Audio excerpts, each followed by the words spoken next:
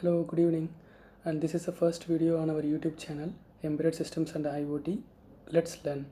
In this video, we will see what is embedded systems and IoT mean and what's the difference between them. The term embedded denotes we are combining something, and the system denotes a device which does some operation. So combinedly, the embedded system means the combination of software which is written in C, embedded C, or Node.js, JavaScript, Python, and the specific hardwares to do the dedicated operation. For example, we can take the Casio scientific calculator.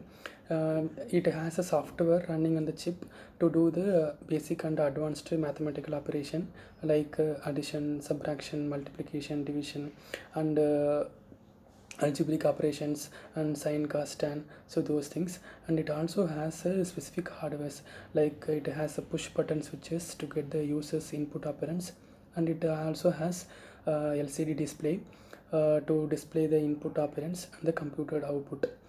And other real-time day-to-day life seeing example is washing machine, fridges, air conditioners.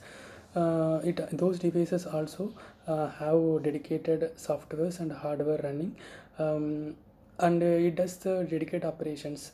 Sometimes the students gets confused like can we consider PC, laptop, smartphone as an embedded system, because those devices also have software and hardware, but we cannot say because and the usage of those devices vary from user to user.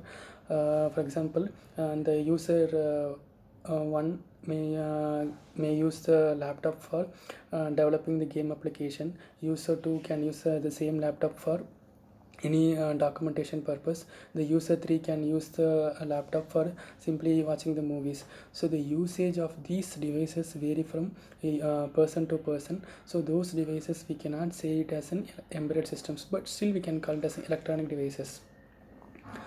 And the main characteristics of embedded system is it will do the specific task.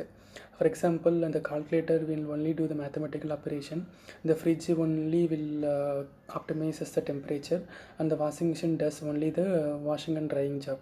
So here all these tasks are dedicated functions, and that is the overall usage of those devices also.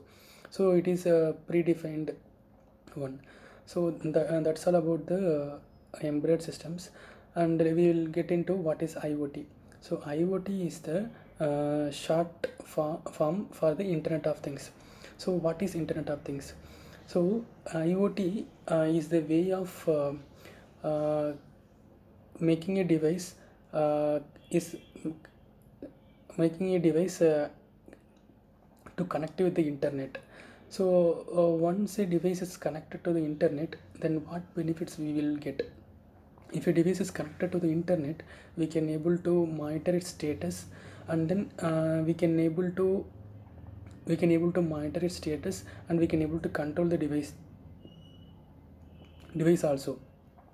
For example, you can deploy some sensor nodes or edge devices at your farm, and remotely you can actuate the irrigation wall to meet the water demand for your crops. And you can deploy some sensor nodes on the forest trees using some accelerometer. So if it detects the tree has fallen down due to some poachers, so it can send the signals to the forest authority. And other example, like you can deploy some implantable sensor nodes onto the rhinoceros horn, so that if any poaching activities or illegal hunting activities are going on, then we can able to send the signal, or we can able to send the real-time camera feed to the forest authority. So the IoT application areas are enormous. And we will sometimes the students will get confusion if a device is not connected with the internet directly, so will it be considered as an IoT? The answer is yes, we can consider it as an IoT, because here the gateway will here the gateway will play the most important role. For example, we have two sensor nodes. One is sending the data using Bluetooth, another is sending data using Zigbee. So here both of these communication standards doesn't support IP, but the gateway will have gateway contains Bluetooth, Zigbee, and Ethernet, Wi-Fi, all those communication standards. So it receives those the packets from the devices, and it is already connected with the internet. So the the the data packets from the edge devices will be sent to the gateway. In gateway the data will be accumulated on the database, and it will be processed, and with the help of the Ethernet or Wi-Fi in the gateway, so the data accumulated or the output will be sent to the cloud platform or network server for the further processing.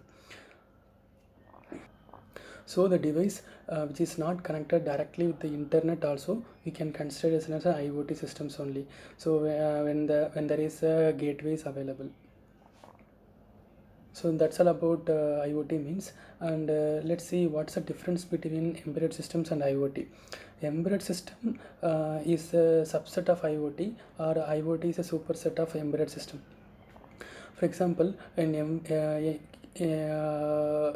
system can be a device which contains sensing, processing, and communication part, whereas in the IoT, it will be more than the embedded systems. For example, you can take the mobile application, web application. So then the artificial intelligence, machine learning, deep learning algorithms. So those all things comes under the under umbrella of IoT. And another one difference is the embedded devices no need to connect with the internet either directly or indirectly also, because some devices no need to connect to the internet. For example, the automatic door opening system, which normally we are using in the shopping malls or corporate buildings. So in those devices need not to connect with the internet either directly or indirectly, so we can call those devices as an embedded system. And we can in some shopping malls we can able to see the and in shopping malls we can able to see the face recognition implemented cameras, so we can able to see so how we look in different dresses without wearing the dresses.